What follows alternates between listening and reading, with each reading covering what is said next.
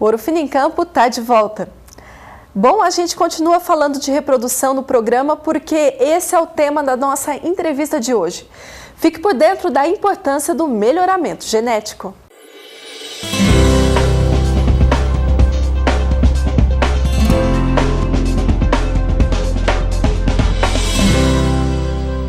E para falar sobre esse assunto, hoje eu recebo aqui no estúdio do Ouro Fino em Campo o Luiz Gustavo Girardi Figueiredo, que é pesquisador da Associação Nacional dos Criadores e Pesquisadores. Luiz Gustavo, primeiramente, muito obrigada pela presença. Para a gente começar o nosso bate-papo, é comum a vaca que apresentou problemas reprodutivos na estação passada, ela já ser descartada nessa estação, não é mesmo? Isso. Em primeiro lugar, eu agradeço a oportunidade de estar aqui falando com vocês, e representando a Associação Nacional de Criadores e Pesquisadores. É usual no Brasil a gente ter o descarte reprodutivo das fêmeas inviáveis, Animal que não reproduziu, ele sai da próxima estação de monta. Mas também, no melhoramento genético, a gente sugere que haja um descarte também pela qualidade genética dessas fêmeas. Porque não só a fêmea que não reproduz nos dá prejuízo. A fêmea de baixa qualidade genética, ela também nos dá prejuízo, oferecendo um produto de baixa qualidade, um produto que não vai ter ganho de peso, que lá na frente não vai dar o retorno financeiro necessário para que nós nos mantenhamos no processo. Então, realmente, o melhor é deixar a melhor genética do rebanho ali presente. Sim. Porque muitas vezes nós usamos os melhores touros, mas o nosso rebanho de vaca nem sempre é a melhor vaca. Mas uma questão que é muito importante abordar é que isso vale não só para quem vai produzir reprodutor, para todo mundo, Porque uma melhor qualidade genética do rebanho nos traz um melhor retorno financeiro no processo de venda desses animais para abate, assim por diante. E nesse caso, inclusive com as receptoras, não é só com matrizes, como que funciona? A receptora, no caso, ela é uma mãe de aluguel. Então, geneticamente, ela não contribui com nada. Ela recebe o embrião de uma vaca que vai disseminar a genética dela, de uma vaca e de um touro. A qualidade da receptora é importante, claro, para que ela seja apta a criar adequadamente aquele bezerro. Existem possibilidades de trabalhar com essa receptora, mas o mais importante é selecionar o embrião que está indo para o ventre dessa receptora. Ok. E a estação de monta é o melhor momento para fazer essa seleção genética? No momento, sim, porque é pré-estação de monta que nós vamos descartar os animais inadequados ao nosso rebanho, seja uma fêmea que falhou ou uma fêmea de baixa qualidade genética.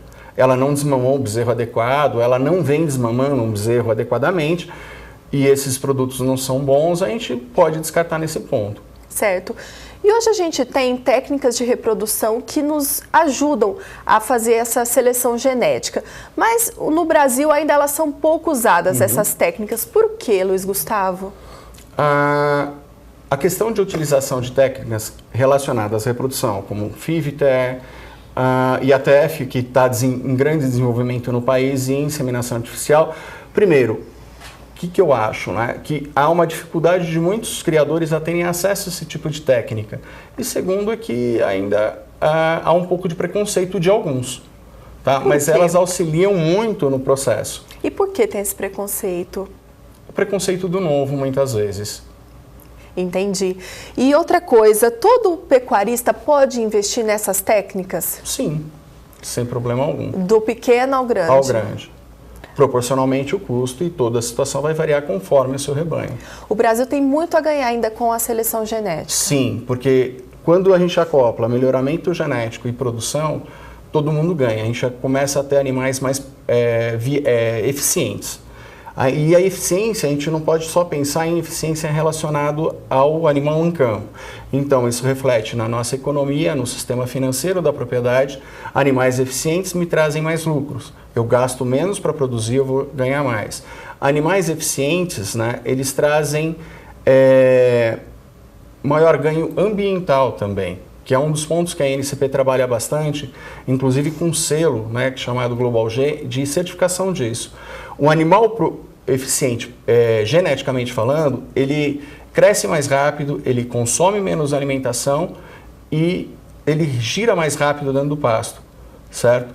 E na hora que você for ver um sistema de troca de carbono, isso é melhor. Ele é mais ecologicamente correto, vamos dizer assim, tá? É um animal que produz menos carbono.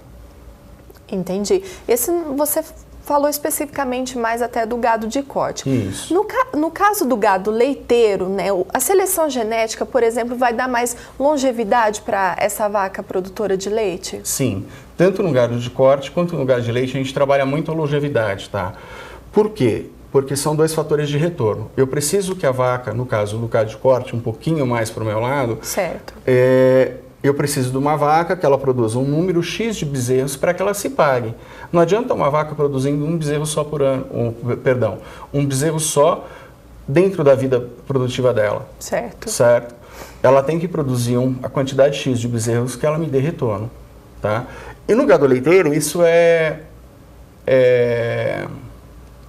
explorado há muito tempo. Eu não quero uma vaca que produza muito, mas produza por pouco tempo.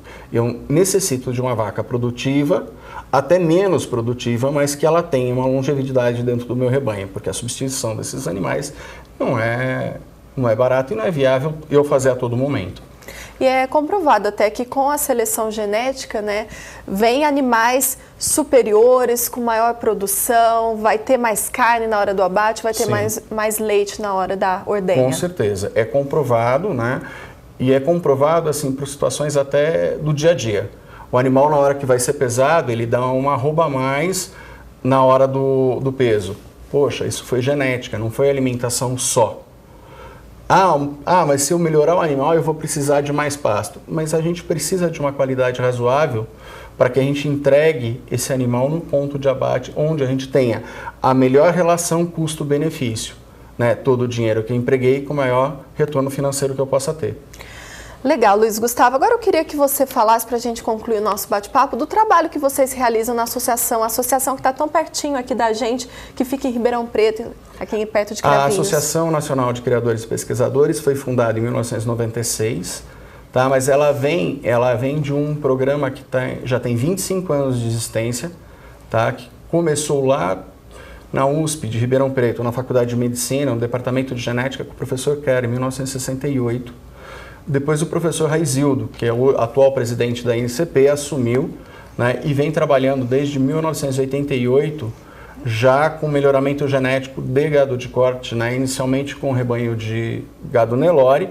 Hoje nós trabalhamos com 4 raças, que é o Nelore, o Buzeral, o Brahma e o Tabapuã. Tá? O foco da INCP é melhoramento genético de gado de corte. Certo. Tá? E é uma associação que tem um grupo grande de criadores que participam. E como que o criador que está nos assistindo, que está nas outras regiões do país, pode chegar até a associação?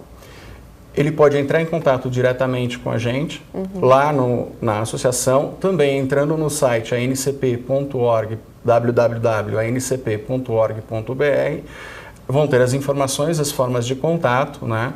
E, tendo interesse, o criador solicita uma visita e vai receber alguns formulários para que seja dado encaminhamento e ele participar da nossa associação. Legal, muito obrigada pela participação e parabéns pelo trabalho da associação. Eu agradeço a oportunidade, obrigado. Bom, e o Ouro Fino em Campo fica por aqui. O nosso próximo encontro é amanhã, na edição do 12h50, horário de Brasília, no Ouro Fino em Campo, ao vivo. Até lá, tchau!